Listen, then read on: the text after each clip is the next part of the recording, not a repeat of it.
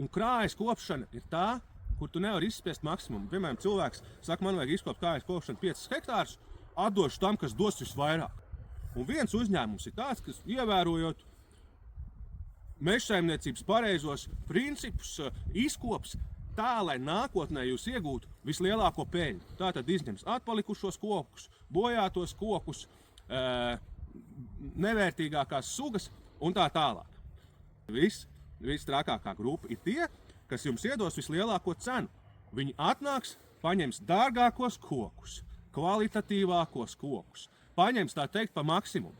Un tas ir tas, kāpēc jūs krājas kopšanās nevarat salīdzināt piedāvājumus un spiest uz maksimālo cenu. Tāpēc, ka ir uzņēmumi, ļoti lielie uzņēmumi, daudz, kurus arī sadarbojamies zinām, viņiem tomēr ir kaut kāda mežsaimniecības principi un kaut kāda reputācija. Viņi jums iedos to cenu par pareizi izkopt mežu.